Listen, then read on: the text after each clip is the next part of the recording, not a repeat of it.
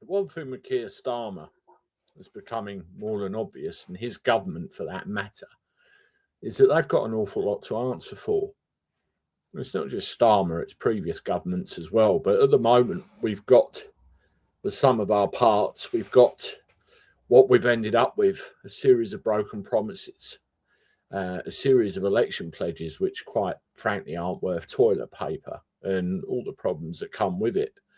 We've got people languishing in prison for reasons which they really shouldn't be, and we've got others that should be that aren't. The country is falling to pieces. Now, one of the things you have to realise about the British, and I'm referring to the British state, the British Parliament, we are being regulated out of existence. We are having laws created, it seems on a daily basis sometimes, which, really wipe us out of existence for sometimes the most stupidest things ever.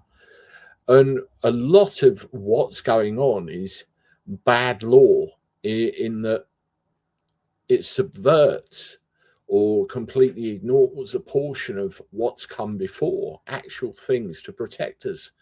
Now, you'll find if you call yourself British and consider yourself British, you are subject to, well, laws and regulations that can be given or taken away anytime they like. So in other words, you've got no control over your own destiny. The thing with the English and the English Constitution, you were given a set of inalienable rights. Now, inalienable means they can never be taken away from you, at least not lawfully. And this is where we've got a problem. And you've got people like Advance, you've got people like Reform, and you've got other interested parties that claim that they can make a difference, turn the corner, do what is required. But at the end of the day, they're all playing around with a system that isn't fit for purpose.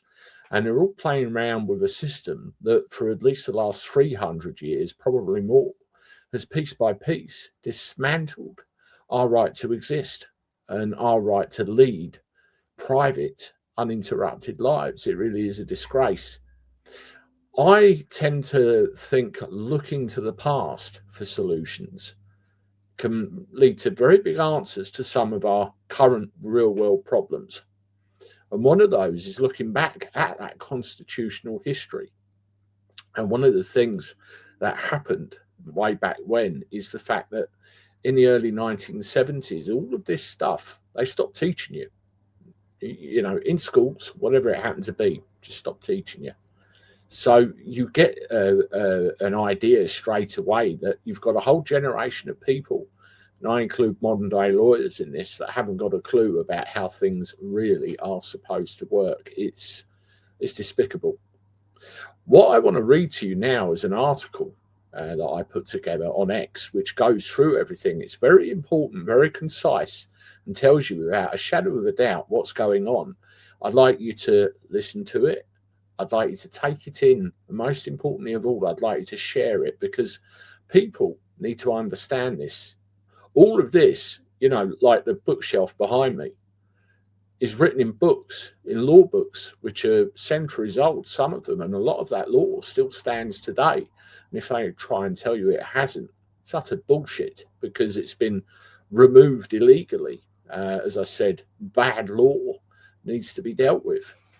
So let's have a look and see what's going on. So the article is called "Why England Must Look Back to Its Constitution to Fix What's Broken." So for years now, people across England have felt that something is fundamentally wrong.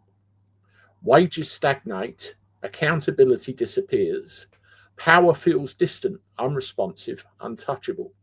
Ordinary people sense that decisions affecting their lives are being made about them, not with them, often without consent, debate, or consequence. This isn't accidental, and it didn't happen overnight. To understand how we got here, and more importantly, how we get out, we must do something modern politics desperately avoids: look backwards. Not out of nostalgia, but out of necessity. England once had a constitution that limited power. England is not a country without a constitution. What it lacks today is respect for the one that it does have. The English constitution was never a single written document.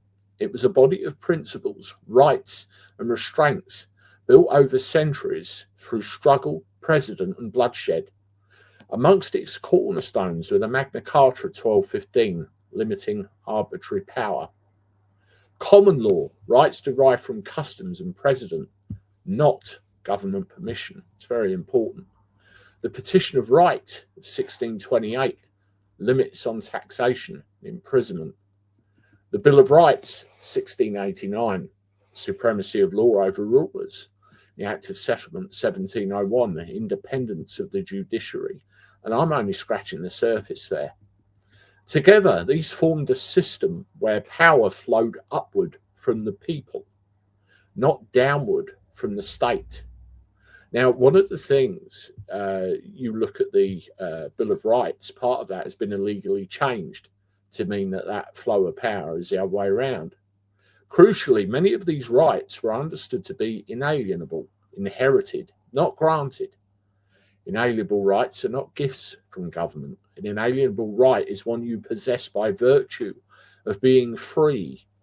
It cannot be voted away, suspended for convenience, balanced out of existence, revoked by ministerial decree. Under English common law, rights existed before Parliament and outside the state. Government's role was simple: to protect those rights, not redefine them. That principle has been quietly abandoned. How bad law slowly subverted the Constitution.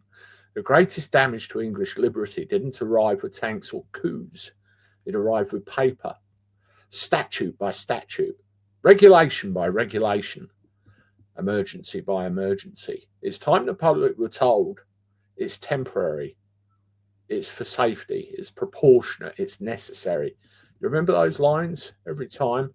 Scary thing is we fought for them. And each time president shifted. Bad law often has three defining traits. It bypasses consent. It overrides common law protections. It concentrates power in the executive, which is exactly what we're seeing. Over time, Parliament stopped acting as a restraint on power and became a delivery mechanism for it. Parliamentary sovereignty replaced popular sovereignty. One of the most dangerous myths in British, modern Britain, is that Parliament is sovereign in an absolute sense. Historically, that was never true. Parliament was sovereign under law, not above it. Its authority was legitimate only insofar as it respected the ancient rights of the people. Today, parliamentary sovereignty is treated as unlimited, even when laws criminalise peaceful assembly, restrict speech, enable surveillance without suspicion, and impose penalties without trial. This is not evolution, it's a constitutional erosion. And the common law has been pushed aside. Common law once acted as a shield, slow, cautious, precedent-driven. Statute law is fast, political, and reactive. In recent decades, statute has increasingly overridden common law protections instead of working alongside them.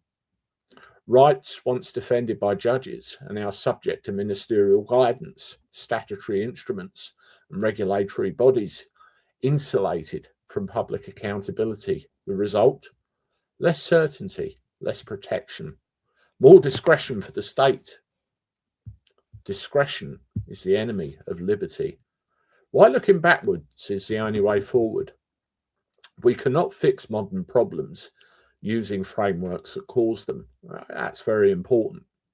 Reclaiming constitutional principles does not mean rejecting progress. It means restoring limits, clarity, and accountability. It means remembering that law exists to restrain power. Rights do not come from Parliament. Consent matters. Liberty is inherited, not licensed. The English Constitution was designed precisely for times like these, when authority expands faster than trust. This is not radical, it's restorative. Calling for constitutional restoration is often dismissed as extreme, but it isn't. What is extreme is a system where power expands endlessly, rights are conditional, accountability evaporates, law serves politics instead of justice. Looking back is not regression, it's re-anchoring. And until England remembers where its rights came from, it will continue to lose them, quietly, legally, and permanently. If rights can be taken by bad law, they were never treated as inalienable to begin with. Thank you for listening to that. It's very important that that gets out. And another thing to consider as well, some of the original settlers to the United States of America were English.